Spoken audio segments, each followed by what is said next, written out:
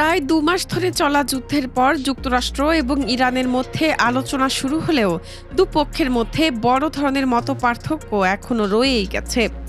এই দুদেশের মধ্যে একটি স্থায়ী চুক্তিতে পৌঁছানোর ক্ষেত্রে বাধা হয়ে আছে বেশ কিছু শর্ত।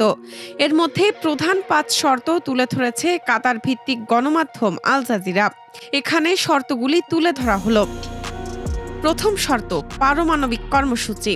যুক্তরাষ্ট্র চায় ইরান তাদের পারমাণবিক কর্মসূচি পুরোপুরি বন্ধ করে দিক, তবে ইরান এ দাবিতে রাজি নয়। তেহরান বলছে পারমাণবিক কর্মসূচি বন্ধে যে কোনো ধরনের বিধিনিষেধ শুধু নির্দিষ্ট কয়েক বছরের জন্য হতে পারে, স্থায়ীভাবে নয়।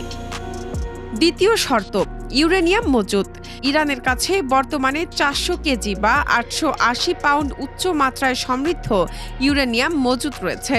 মার্কিন প্রেসিডেন্ট ডোনাল্ড ট্রাম্প চান এই ইউরেনিয়ামের পুরোটা যুক্তরাষ্ট্রের হেফাজতে থাকবে। তেহরান এ প্রস্তাব সরাসরি ফিরিয়ে দিয়েছে। তৃতীয় শর্ত, হরমুজ ও বন্দর অবরোধ।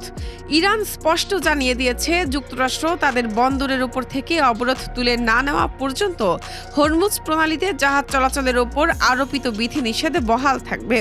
অন্যদিকে ট্রাম্পের অবস্থান হলো চূড়ান্ত কোনো চুক্তিতে পৌঁছানোর আগে ইরানি বন্দরগুলোর ওপর থেকে অবরোধ তুলে নেওয়া হবে না। চতুর্থ শর্ত, আটকে পড়া অর্থ। একটি দীর্ঘস্থায়ী চুক্তির অংশ হিসেবে ইরান তাদের ওপর থেকে নিষেধাজ্ঞা প্রত্যাহার ও বিদেশে আটকে থাকা প্রায় ২,০০০ কোটি বা $২০ বিলিয়ন অর্থ ফেরত দেওয়ার দাবি জানিয়েছে। পঞ্চম শর্ত, যুদ্ধের ক্ষতিপূরণ। আলোচনায় ইরান বড় অঙ্কের ক্ষতিপূরণ দাবি করেছে। তেহরানের দাবি, যুক্তরাষ্ট্র ও ইসরায়েলের হামলায় তাদের যে ক্ষয়ক্ষতি হয়েছে তার বিনিময়ে দেশ দুটিকে দিতে হবে প্রায় ২৭,০০০ কোটি বা $২৭০ বিলিয়ন ক্ষতিপূরণ।